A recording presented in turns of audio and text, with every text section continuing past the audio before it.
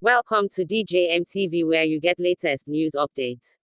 If today is your first time seeing our videos, you are at the right channel, and we promise not to disappoint you, as we are here to update you on all trending and latest news. Please don't forget to subscribe to our YouTube channel for more videos like this, and you are welcome on board. Please share, comment and like our work, as this gives us the strength and ability to carry on with our good work. Let's get into the main news. The leaders in Nigeria need to know that this life is not forever, and they should help the poor masses. A lot of Nigerians cannot eat on a daily basis, no employment opportunities, no light, no good education, yet they are spending billions of naira as audio performance and achievements. Let's watch this video together, my people, and let's listen to what the masses have to say. And I dare say this: you're spending nothing less than 60% of your income educating your children.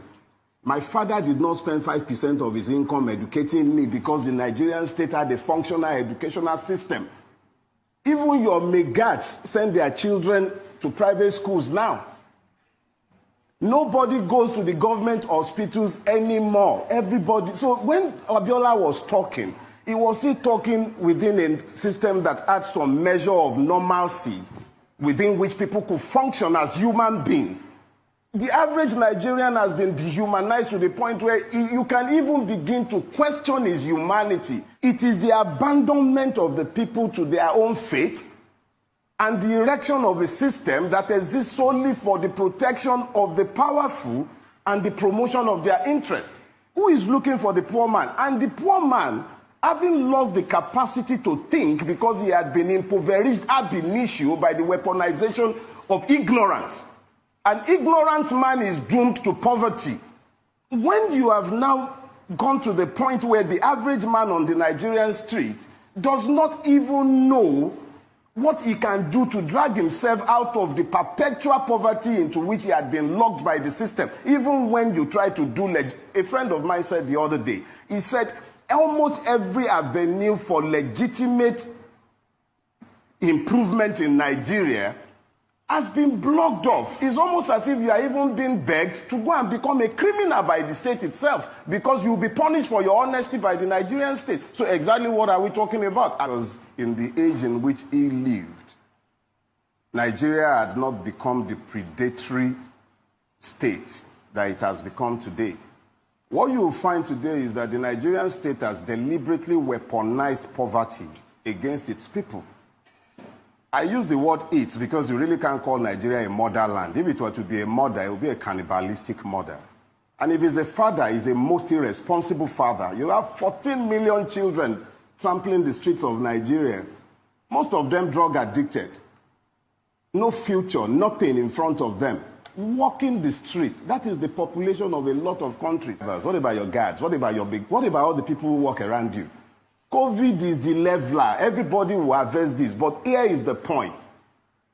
As long as we continue to fool ourselves into thinking that we can somehow appoint wolves to guard the flock and then expect that the wolves will become vegetarians, we deny the evidence of our own eyes. We see these things and yet we deny it. Oshiomhole spoke these words.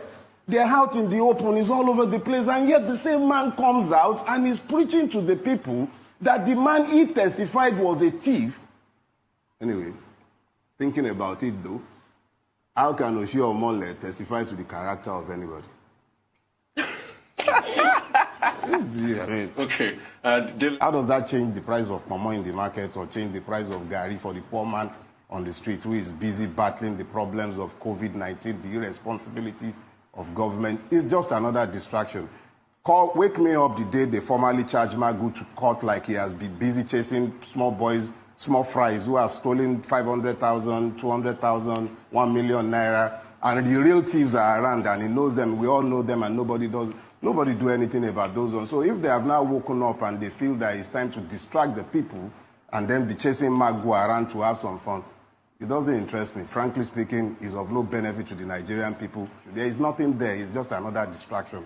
They're having their family squabble. Nothing will happen to Magu. Absolutely nothing will happen to him. I can tell you ahead of time. So please, let's not fool ourselves. It's just a circus. Do not die in their war. It's their war. They have no interest in the people. The same. Oh, look, let me put it this way. God forbid that we have to continue abiding with this set of rulers by 2023. But don't be surprised if you find that by 2023, these characters have decided that Nigeria is better ruled by a one-party system that would now encompass each and every one of them, because in reality, you do not have any sort of ideology separating anyone. This is yet another example of the fact that the Nigerian people do not matter in the calculation of the rulers of Nigeria. All that matters to them at any point in time, the only thing that is constant and never shifts, their own interest. Those interests have nothing to do with religion. They don't remember religion when they are identifying their interests. They don't remember tribes. The only people for whom they always emphasize these differences are the people themselves. If you see the way the Nigerian state has dehumanized the Nigerian people to the point where life has become discounted, what you then begin to realize is that before that day will come, several implosions, such as the ones that are already happening, would continue to happen. However, some of us had the benefit of living in Nigeria where it was possible to move across the class line because the state was equitable to an extent. We still dealt with that because I grew up in the age when you began the institutionalization of the madness that has turned Nigeria into the madhouse that it has become today. It was in my age. I was a victim of educationally disadvantaged state, quota stupid systems, all those systems and isms, everything that the institutionalization of the injustice that destroyed the fabric of Nigeria happened as I was growing up. So here is the thing.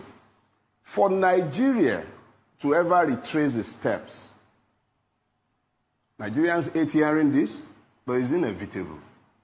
There has to be a complete turnaround. I needed to lay a foundation for what I really have to say. And what I have to say is very simple. Do not die in their war. Choose your own war in which to die. We will all die someday. That is the one thing that is available to each and everybody. Rich, poor, tall, short, it doesn't matter. We would all die. So if I'm going to die, I'm not going to die in their own war. I will pick my own war in which I will die. Update for the week. And if you're watching us for the first time, please subscribe to our YouTube channel at DJN TV and do not forget to click on the notification bell for more superb video. I am Umaru Latifa.